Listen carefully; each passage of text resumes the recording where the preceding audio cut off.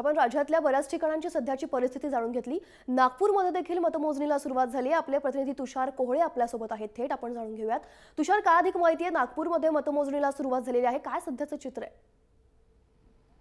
ज्योती, विदर्भातील जवळपास 7 जिल्ह्यातील मतमोजणीला सुरुवात झालेली आहे आणि सुरुवातीला हळूहळू पहिला कौल येते। आपण बघितलं की वरुड नगरपालिकेमध्ये प्रभाग क्रमांक 1 मधनं विशाल सावरकर हे भारतीय जनता पार्टीचे उमेदवार 240 मतांनी आघाडीवर होते, तर पहिला कौल आपल्याला पाहायला मिळाला होता। आता सध्या हळूहळू कौल यायला सुरुवात झालेली आहे। एकंदरीतच जर विदर्भाचा विचार करायचा झाला तर 2 जिल्हे अत्यंत महत्त्वाचे, एक तर चंद्रपूर आणि दुसरा अकोला। अकोला जिल्ह्यामध्ये प्रकाश आंबेडकर यांची प्रतिष्ठा पणाला लागलेली आहे, कारण की त्यांच्या भारिपा पक्षाला कशा प्रकारे यश मिळतं त्यानंतर त्यांचं पुढचं राजकीय भविष्य अवलंबून असणार आहे। या व्यतिरिक्त जर चंद्रपूर जिल्ह्याचा विचार करायचा झाला तर अर्थमंत्री सुधीर मुनगंटीवार यांचं देखील तिथे प्रतिष्ठा पणाला लागलेली आहे। त्यांनी देखील पूर्ण ताकद तिथे झोकलेली होती। काँग्रेसच्या दृष्टीने जर का विचार केला होता तर प्रदेश अध्यक्ष अशोक चव्हाण यांनी संपूर्ण विदर्भामध्ये जातीने लक्ष दिलं होतं, प्रत्येक जिल्ह्यामध्ये जाऊन त्यांनी प्रचार केलेला होता, त्यामुळे काँग्रेसनं देखील पूर्ण शक्ती या निवडणुकीमध्ये लावलेली होती। सध्या आपल्याला अजूनही पहिला सुरुवातीचा निकाल यायला सुरुवात झालेली आहे। पहिला निकाल आपण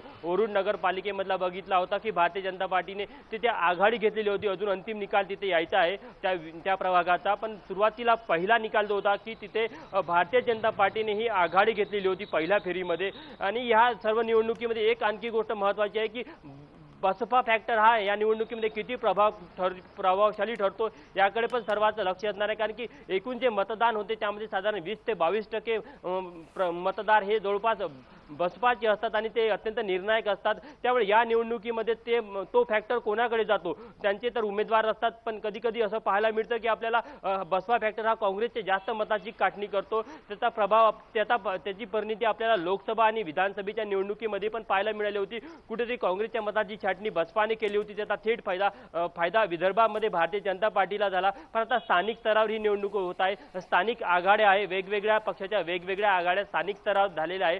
त्यामुळे या निवडणुकीमध्ये सर्वांचं लक्ष या निकालाकडे लागलेलं आहे। आता भारतीय जनता पार्टीच्या वतीने मुख्यमंत्री विदर्भाचं प्रतिनिधित्व करत असल्यामुळे विदर्भामध्ये मुख्यमंत्र्यांची प्रतिष्ठा पणाला लागलेली आहे, तर काँग्रेसतर्फे अशोक चव्हाण यांची प्रतिष्ठा पणाला लागली आहे। ज्योती।